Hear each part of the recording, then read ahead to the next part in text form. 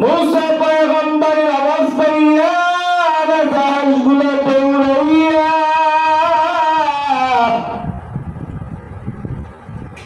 মুসা পয়গম্বরের কাছে সালাম দাস, ও জামানার নবী মুসা,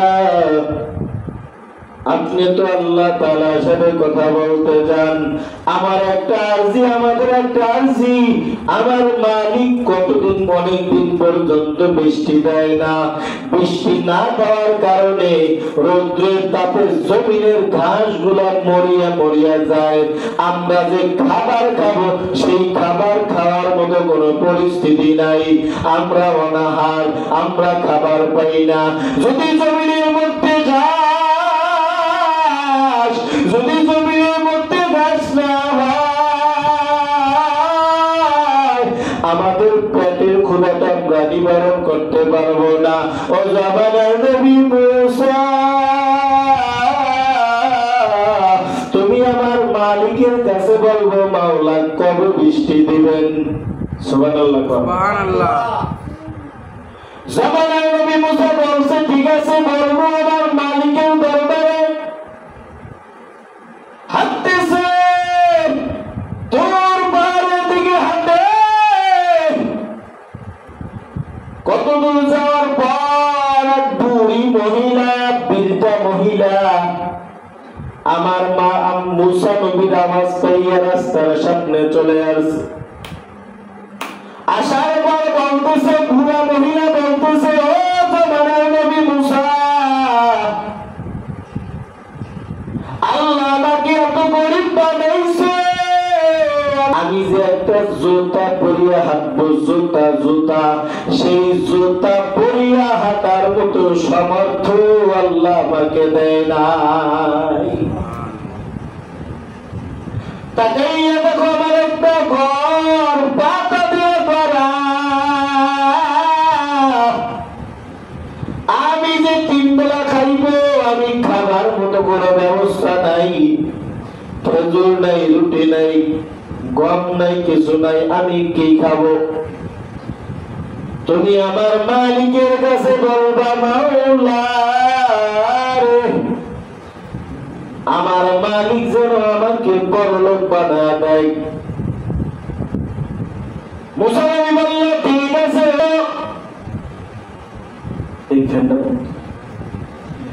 আল্লাহ নবী মুসা কালিমুল্লাহ রাস্তা দিয়া যায়,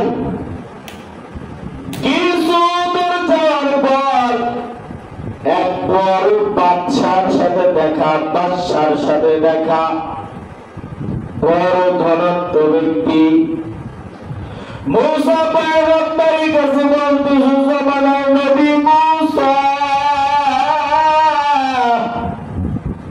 তুমি তো আমার মালিকের সাথে কথা বলতে যাও, আমি এত বড় লোক, এত কোটিপতি, আমার সম্পদের কারণে, আমার টাকার কারণে, আমার মানসাবানার বেশি হওয়ার কারণে আমি আমার মালিকরে দেখতে পারি না, আমি আমার মালিকের ইবাদত করতে পারি না, আমি আমার মালিকরে আমার মন মিটাইয়া, আমার কলিজা ভরিয়া আমি আমার মালিককে ভুলাইতে পারি না। ও জামানার নবী মুসা, তুমি আমার মালিকের কাছে বলবারে, আল্লাহ তোমার বান্দা তোমাকে ভুলাইতে পারে না, ধন সম্পদের কারণে, তুমি তার ধন সম্পদ কিভাবে কমবে বুদ্ধি দেয়া দাও। জামানার নবী মুসা দরবারে চলে গেলেন, আল্লাহ তাআলার সাথে কথাবার্তা ক্লিয়ার, সবার অভিযোগ আমার মালিকের কাছে পেশ করলেন। এক একটা অভিযোগের এক একটা অভিযোগের এক একটা বিশ্লেষণ দিয়ে দিলেন, এক একটা ফয়সালা দিয়ে দিলেন। জামানার নবী মুসা এখন আবার মালিকের সাথে কথা বলিয়া তুর পাহাড় দিয়া আবার তার গন্তব্যে যাইতেছে। জামানার নবী মুসার আওয়াজ পাইয়া ওই পাশে ধনাত্ম ব্যক্তি আমার নবী, আমার মাওলার নবী, আমার মাওলার দোস্ত, আমার মাওলার বন্ধু মুসার সামনে দৌড়ে চলে আসলো। আসার পর বলতেছে, ও জামানার নবী মুসা বলো আমি কিভাবে আমার ধন সম্পদ কমাইব, কিভাবে আমার ধন সম্পদ কমাইব, আমার মালিক কি বলেছে? মুসা কালিমুল্লাহ বলে, ও আল্লাহর বান্দা আমার মাওলা তোমাকে বলে দিয়েছে তুমি যেন উটের পিঠের উপরে উঠিয়া দস্তারখানা সারা খাবার খাও। সুবহানাল্লাহ। উটের পিঠে চড়িয়া দস্তারখানা না বিছাইয়া যেন খাবার খাও, আর যেই খানাটা নিচে পড়িয়া যাইবে ওই খানাটা টোকাইয়া খাবা না।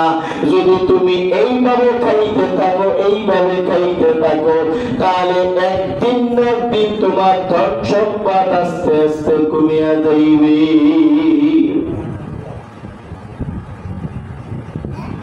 জামানার নবী মুসার কথা মতো উঠে পিঠে চড়িয়া দস্তারখানা ছাড়া খানা খাইতে পারছে। আল্লাহ বান্দার মাথার মধ্যে ভয়, আমি দস্তারখান বিছাইয়া খানা খাবো না, এটা তো হতে পারে না। দস্তারখানা বিছাইয়া খাবার খাওয়া সুন্নাত, আমার তো দস্তারখানা বিছাইয়েই খাবার খেতে হবে। আল্লাহর বান্দা দস্তারখানা উটের পিঠের উপরে দস্তারখানা বিছাইয়া খাবার খাওয়া শুরু করলেন। যেই খাবারটা নিচে পড়ে তার মাথার মধ্যে বাড়ি দেয়, এই খাবারটা নিচে পড়িয়া রয়েছে, আমি যদি টোকাইয়া না খাই, আমি যদি টোকাইয়া না খাই, তাহলে এই খাবারে আমাকে অভিশাপ দিবে, এই খাবারের অভিশাপে আমার তো জাহান্নামে যেতে লাগতে পারে না। আমি দস্তারখানা বিছাইয়া খাবার খাবো, যদি নামায় কোনো খাবার পড়ে যায় আমি টোকাইয়া খাবার খাবো। আল্লাহর বান্দা এভাবে খাবার খাইতেছে, খাবার খাইতেছে, কি আর মাগার ধন সম্পদ কমবে, লেকিন আরো দিন আর দিন সম্পদ বেড়ে যাইতেছে। কাটলে কত কত তারি বরকা মালন্তা রব্বি আনতা হাসবি যুল জালাল। বারবার জামানার নবী মুসা হাঁটতেছে, বুড়ি মহিলার সাথে দেখা। বুড়ি মহিলাকে বললেন, ও বুড়িমা, আল্লাহ তোমাকে বলছে তুমি বেশি বেশি শুকরিয়া আদায় করো। আলহামদুলিল্লাহ, আলহামদুলিল্লাহ। বুড়ি মহিলার মনের মধ্যে একটু খটকা হয়েছে। দেখবো না অনেক সময় ইমাম সাহেবেরা সব কথা কয়, কয় কি কয় না, একটা আমার গ্রামে বেশ একটা কথা আছে না, যে কই হক লাগে না কোনো ঢক। আল্লাহ তাআলা বলল, মুসা তুমি ওই বুড়ি মহিলাকে বলিয়া দিবা তিনি যেন বেশি বেশি শুকরিয়া আদায় করে। ওই বুড়ি মহিলাকে যখন এই বার্তাটা পৌঁছে দিল, বুড়ি মহিলার মধ্যে একটু মনের মধ্যে খটকা, উনি বললেই ফালাইলেন, এখন নিয়েছে এই আবার শুকরিয়া আদায় করবে, আরো শুকরিয়া আদায় করলে হইবে আরো। ওরে আল্লাহ, উনি একটু তুচ্ছ তাচ্ছিল্য মনে করছে। সাথে সাথে একটা আগুনের গোলা আসিয়া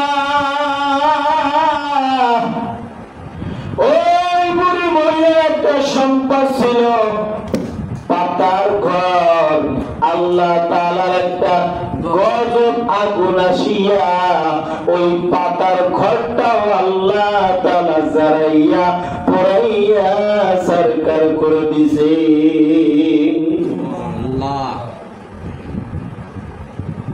হাদিসে রাজা হাসিনের সাথে দেখা, রাজা বলতে সুজাবানে নবী মুসা আর মাওলা কি বলল? মুসাবানে নবী মুসা ডাকতে কয়, তোমরা ধৈর্য ধরো, সবুর করো, ওয়েট করো, বারসাও। আল্লাহ একদিন না একদিন তোমাদেরকে বৃষ্টি দেবেন, আল্লাহ বলে দিয়েছেন। সুবহানাল্লাহ। এই কথা রাজা হাসির কানে যাওয়ার সাথে সাথে রাজা হাসির দুইটা পাও জাগাইয়া রাজা শুকরিয়া আদায় করতেছে আর নাচতেছে আর বলতেছে আলহামদুলিল্লাহ।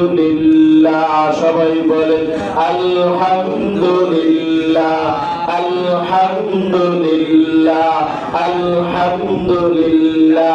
এই রাজা যখন শুকরিয়া আদায় করে আলহামদুলিল্লাহ, রাজা যে শুকরিয়া আদায় দেখি আমার মাওলার কুদরতি আসমান থরথর করে কাঁপে। জামানা নবী মুসা ঘরে যাইতে পারে না, এর আগে মুষলধারে বৃষ্টি শুরু হয়ে গেছে। আল্লাহ আল্লাহ ক্যা মুবারক নাম হ্যায়, আল্লাহ আল্লাহ আশিকো কা কাম হ্যায়, আল্লাহ আল্লাহ ইদি শিরিন ইসको নাম সে রে সাকার মিকুনি নাম তামাম। সুবহানাল্লাহ। সুবহানাল্লাহ। নবী মুসা কিন্তু ছিল খুব রাগী, খুব রাগ। কি ছিল? খুব রাগ ছিল। কি ছিল? রাগ, খুব রাগ। মুসা তো খেপে গেছে। আল্লাহ তুমি আমারে বললা কবে বৃষ্টি দিই জানি না, কিন্তু বৃষ্টি হইতে দেরি আছে, কিন্তু আমি ঘরে উঠতে পারলাম না, এর আগে তুমি বৃষ্টি দিয়ে দিলে, আমি ওদের কাছে আমি ছোট হয়ে গেলাম না।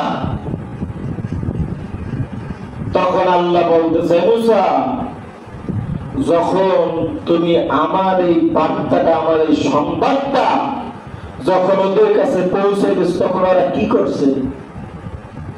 বলে আল্লাহ যখন আমি এই কথা বলছি যে কবে বৃষ্টি দেয় আল্লাহ জানা নাই, দেরি আছে বৃষ্টি হইতে, যখন এই কথা শুনছে তখন ওরা দুইটা পাও জাগাইয়া নাচে আর তোমার শুকরিয়া আদায় করে আলহামদুলিল্লাহ, আলহামদুলিল্লাহ, আলহামদুলিল্লাহ।